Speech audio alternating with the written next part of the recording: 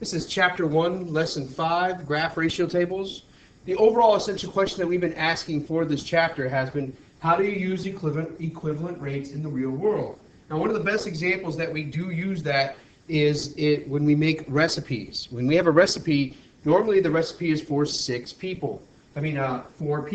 But if we want to increase it to 6, what we do is we maybe scale back to 2 and then scale back up to 6, or scale back down to 1. But it'd be like to make for 1 and then scale it back up to so that you can make it for 6 people. Okay? And remember, all those are equivalent rates. It's still proportionally correct. Okay. The lesson essential question is, how can graphing help solve a problem involving ratios? Well, I'm just going to tell you one word, or I guess it's technically 2 words: straight line. Okay? You remember that as I go on. All right. This vocabulary startup. All right. A coordinate plane is formed when 2 perpendicular lines intersect at their 0 points. This point is called the origin. The horizontal line is called the x-axis, and the vertical line is called the y-axis. An ordered pair, such as 2, 3, is a pair of numbers used to locate a point on the coordinate plane. Now, what I want you to do is I want you to take a second, pause this video, and open up your math folders. I forget what page it is, but it's Lesson 5, Chapter 1, Lesson 5. All right? And fill in the blanks with the highlighted words from up here. Let me make it so you can see all of them. There we go. Okay? And all 5, 1, 2, 3, 4, 5 blanks, use those 5 words to fill it in. All right, I'm going to give you a second to pause the video. Okay, now I'm going to go ahead and fill in these words for you. Coordinate plane, right? Then you got down here, you got the origin. Obviously the y-axis. It's labeled. Got the x-axis. Again, it's labeled. And of course, an ordered. Oh, let me write it better.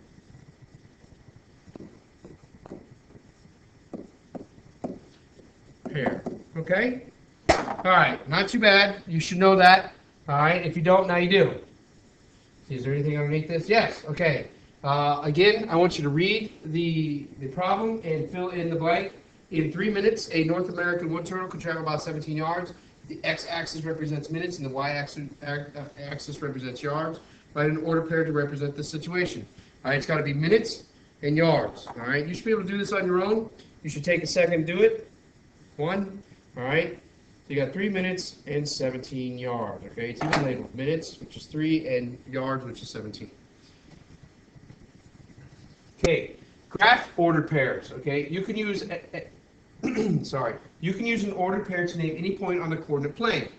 The first number in the ordered pair is the x coordinate, and the second number is the y coordinate. Remember, it appears in alphabetical order.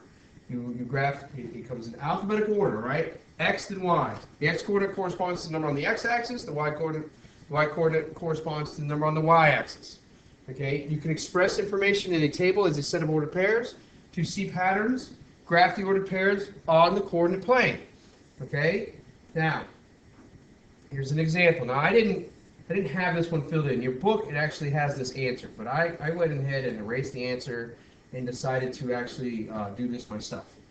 Okay, so it says table shows the cost in dollars to create CDs of digital photos at a Photoshop.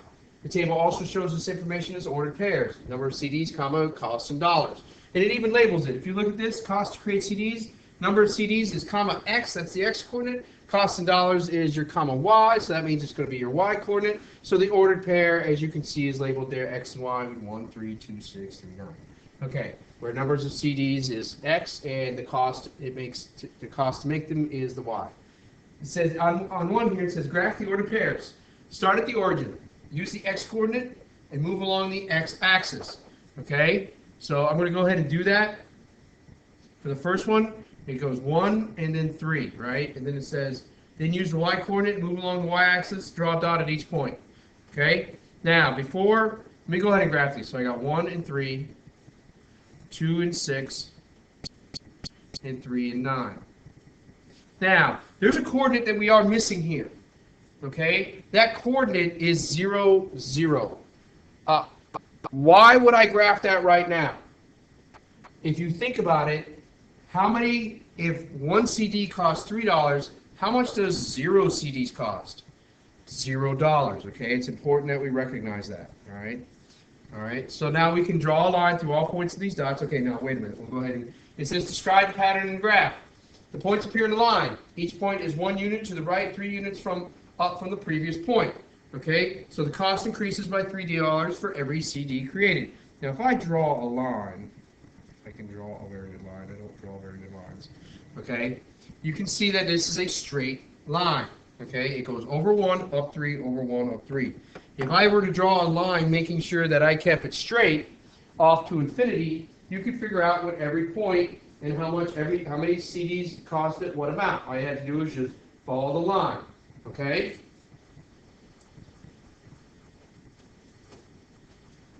We'll go ahead and do this. Do the problem. Pause the video. Try to do this on your own. When you get done, start the video back up and see how well you did. All right, I'll give you a second to pause the video. Okay, the table shows Gloria's earnings for 1, 2, and 3 hours. The table lists this information as ordered pairs, hours, comma, earning. It says graph the ordered pairs, and then B, describe the pattern in the graph. Okay, so my first one is hours X is 1, and then the Y is 5. Then I got 2 and 10. Then I got 3 and 15. Now, again, there is an ordered pair that is not listed here that is assumed.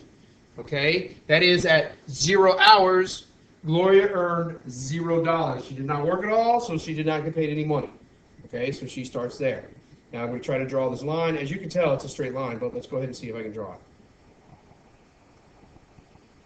Not bad. Not bad. A little off, but that's okay. Let's see if I can straighten it. Maybe not. Oh, it does. See if I can straighten that out a little bit. No, not really. Okay. Okay, just poorly drawn as normal. That's okay. All right. Did you come up with this? It says describe the pattern in the graph. It goes over 1 and up 5. Over 1 and up 5. Okay, over 1 and up 5. But the pattern is also a line. It's a straight line. Okay. Compare ratios. You can use the tables and graphs to compare ratios. The greater the ratio, the steeper the line will appear. Okay, here's an example. You have 2 friends making scrapbooks. Okay, Renee places 4 photos on each page of her scrapbook. Gina places 6 photos on each page of her scrapbook. Okay, make a table for each scrapbook that shows the total number of photos placed. If each book has 1, 2, 3, or 4 pages, list the information as ordered pair, pages, comma, photos. Okay, they go ahead and do that for you. Okay, now they come down here, and we open this up, and they even graph it. Okay, it says graph the ordered pair for each friend on the same coordinate plane. Graph the ordered pair for Renee's scrapbook in blue, and graph the ordered pair for Gina's scrapbook in red. Okay, and they do that here. Now, there's again a given here that is not stated.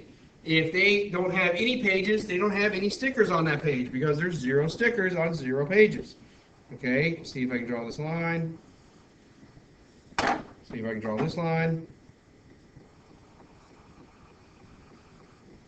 The one that has the greater ratio has a steeper line, if you understand what I mean by steep. Okay, it goes more up at an angle. Okay, does everybody see that? All right. Then it asks, how does the ratio of photos to each page compare for each person? How is this shown on the graph? Renee's scrapbook is 4 to 1. Now the ratio for Gina's scrapbook is 6 to 1. Okay? Not hard, right? Okay. Let's see if we give us one to do. Okay. It says go ahead and start the guided practice, page 50. Homework, extra practice, page 53 and 54. All right? When you get done with the guided practice, come and see me if this is in my class. If not, just do it on your own.